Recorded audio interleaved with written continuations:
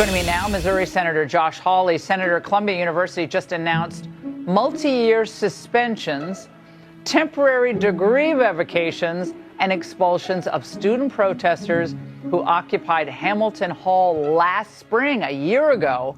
Senator, that pullback on the $400 million they were getting from the feds had an effect. Yeah, let's think about it. Gee, what's changed from a year ago? I think I got it. I think we have a new president in the White House. I think we have somebody who's willing to enforce American law. I think we have somebody who wants to protect students on campus, who wants to protect Jewish students on campus and isn't going to put up with this BS anymore. That's what's happened, Laura. I'm glad Trump is out there finally holding these people accountable. By the way, you know what we should do? Tax their endowments.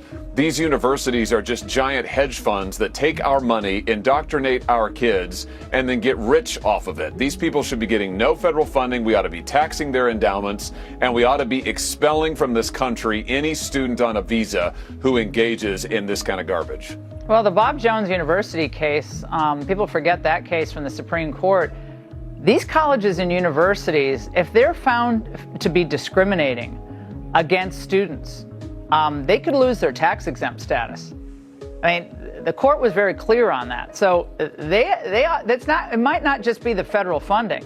This could be their tax-exempt status which would be much bigger than that. Again, if there's a pattern of discrimination in how they treat students, and you could make that argument, and how some of these crazy leftists have been treated on college campuses across the country, and Jewish students terrorized with very little punishment absolutely. In many regards. Absolutely. There's a clear pattern in practice here, and the pattern in practice is to coddle the left-wing pro-Hamas lawbreakers who are smashing into buildings, who are assaulting Jewish students. Laura, I had a student in my office the other day, proud American, Jewish American. He's actually going to join our armed forces. And what did he have? His arm in a sling. Why? Because on his own college campus, because he had the temerity to set up a table for Israel, he got jumped by a bunch of thugs. I mean, really. And the college is just putting up with it. I mean, just letting it happen. So, yeah, they're discriminating against Jewish students, no doubt. And the worst part is they're doing it with our money. They're taking our tax money. And you're right. That money comes with a lot of strings attached. It's time we started to pull on those strings. Yeah, and here's what the protesters want people to believe, Senator. Want them to believe what's happening on college campuses like Columbia. Watch. They're only deporting him because of the positions that he holds. And that is an incredibly dangerous precedent.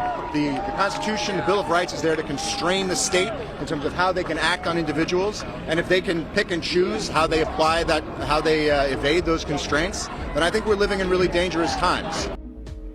Okay, that man, I guess, has a college degree. He's incapable, apparently, of reading statutory provisions that are applicable to a non-citizen who happens to be a permanent resident, not an American citizen, Senator.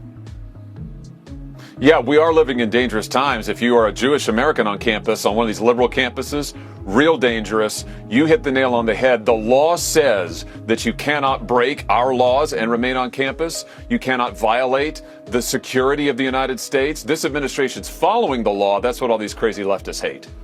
Senator, always great to see you. Thank you so much.